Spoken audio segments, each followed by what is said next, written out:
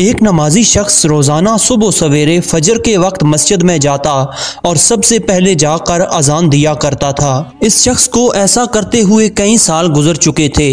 एक दिन का वाक़या है कि ये शख्स अंधेरी रात में फजर की नमाज पढ़ने के लिए घर से निकला। इसके घर और मस्जिद के दरमियान एक ऐसी जगह थी जहां बहुत ज्यादा पानी खड़ा था। अंधेरा होने की वजह से इस शख्स को कुछ दिखाई ना दिया। इसे ठोकर लग गई और वो शख्स मुंह के बल कीचड़ में गिर गया। इस शख्स के सारे कपड़े गंदे हो गए। कीचड़ से उठकर वो अपने घर की तरफ वापस आया और अपना लिबास तब्दील किया और दोबारा मस्जिद की तरफ चल पड़ा। ये शख्स घर से कपड़े तब्दील करके अभी चंद कदम ही चला था कि इसे दोबारा ठोकर लग गई और यही शख्स दोबारा कीचड़ में गिर गया। इस शख्स के कपड़े एक बार फिर से मैले हो गए। वो शख्स दोबारा कीचड़ से उठा और अपने घर की तरफ आया। जैसे ही नमाजी तीसरी बार अपने कपड़े तब्दील करके घर से बाहर मस्जिद की तरफ निकला तो वो शख्स ये देखकर हैरान हो गया कि उसके दरवाजे के बाहर एक अजनबी शख्स खड़ा है। वो शख्स अपने हाथ में रोशन चिराग थामे हुए था। इस चिराग की रोशनी इतनी ज्यादा थी कि आसानी से रास्ते में कंकर और पत्थर देखा जा सकता था। चिराग वाले शख्स ने नमाजी के साथ कोई बात ना की और चुपचाप नमाजी के आगे आगे मस्जिद की तरफ चल पड़ा। इस मर्तबा चिराग की रोशनी की वजह से नमाजी को मस्जिद पहुंचने में किसी किस्म की दुश्वारी का सामना नहीं करना पड़ा। नमाजी शख्स खैरियत से मस्जिद में पहुंच गया। मस्जिद के दरवाजे पर पहुंचकर चिराग वाला शख्स वहीं बाहर रुक गया। नमाजी शख्स उसे वहीं बाहर छोड़कर मस्जिद में दाखिल हो गया। लेकिन नमाजी के दिल ही दिल में ख्याल आया कि आखिर ये शख्स कौन है जिसने मुझे चिराग से रोशनी मुहैया की और मस्जिद तक छोड़ दिया। खैर नमाजी नमाज अदा करने लगा।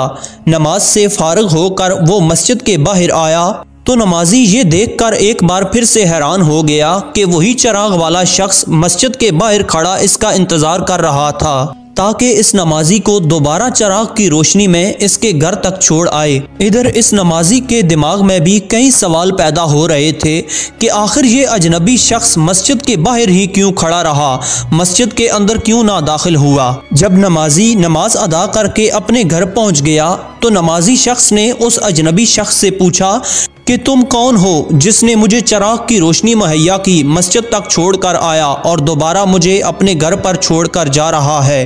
तो वो अजनबी शख्स बोला कि सच बताऊं तो मैं इब्लीस हूँ। ये सुनकर उस नमाजी शख्स की तो हैरत की इंतहा न रही। इस अजनबी शख्स की ये बात सुनकर नमाजी सोचने लगा, इब्लीस शैतान कैसे मुझे मस्जिद तक छोड़ सकता है। इसका काम तो लोगों को बहकाना है, इसका काम तो लोगों को गुमराह करना है और अल्लाह से दूर रखना है। इसके बाद इस शख्स ने बड़ी हैरत के साथ इब्लीस से पूछा, तुझे तो मेरी नमाज रह जाने पे खुश होना चाहिए था, मगर तुम तो मेरी मदद करने और मुझे रब से मिलवाने के लिए चिराग की रोशनी लेकर आ गए और मुझे मस्जिद तक छोड़ आए। नमाजी शख्स की ये बात सुनकर इब्लीस ने ऐसा जवाब दिया जिसे सुनकर आप भी हैरान रह जाएंगे।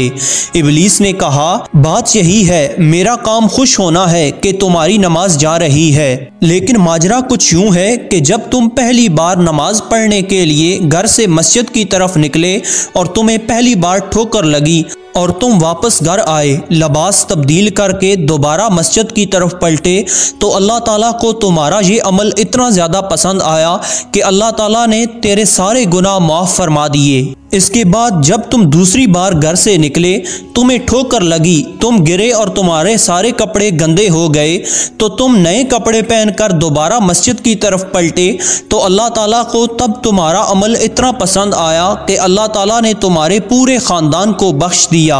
ये माजरा देखकर मुझे फिक्र हुई कि अब अगर तुम्हें तीसरी बार ठोकर लगी और तुम तीसरी बार मस्जिद की तरफ पलटे तो कहीं अल्लाह ताला तुम्हारे इस अमल की बदौलत तुम्हारे सारे गांव की मगफरत ना फरमा दे। इसीलिए मैं फौरन चिराग लेकर तुम्हारे घर के बाहर आ गया कि तुम्हें कहीं तीसरी बार ठोकर ना लगे और तुम बगैर गिरे मस्जिद तक पहुंच जाओ। ये कहकर शैतान वहां से गायब हो गया। इस शख्स ने जैसे ही ये बात सुनी तो इसने अल्लाह ताला की बारगाह में अपना सर झुकाकर अल्लाह ताला का शुक्र अदा किया। नबी अकरम सल्लल्लाहु अलैहि वसल्लम ने इरशाद फरमाया, जब नमाज के लिए अजान दी जाती है तो शैतान बड़ी तेज़ी के साथ पीठ मोड़कर भागता है ताकि अजान की आवाज़ ना सुन सके, और जब अजान ख़त्म हो जाती है तो वो फिर वापस आ जाता है, लेकिन जो ही तकबीर शुरू हुई तो वो फिर पीठ मोड़कर भाग जाता है। जब तकबीर भी ख़त्म हो जाती है तो शैतान दोबारा आ जाता है और नमाजी के दिल में वसवसे डालता है, कहता है कि फ़लाँ बात याद कर, फ़लाँ बात याद कर।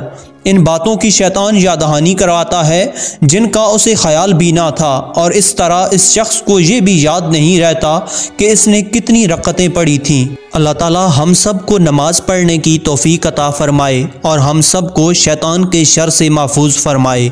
आमीन।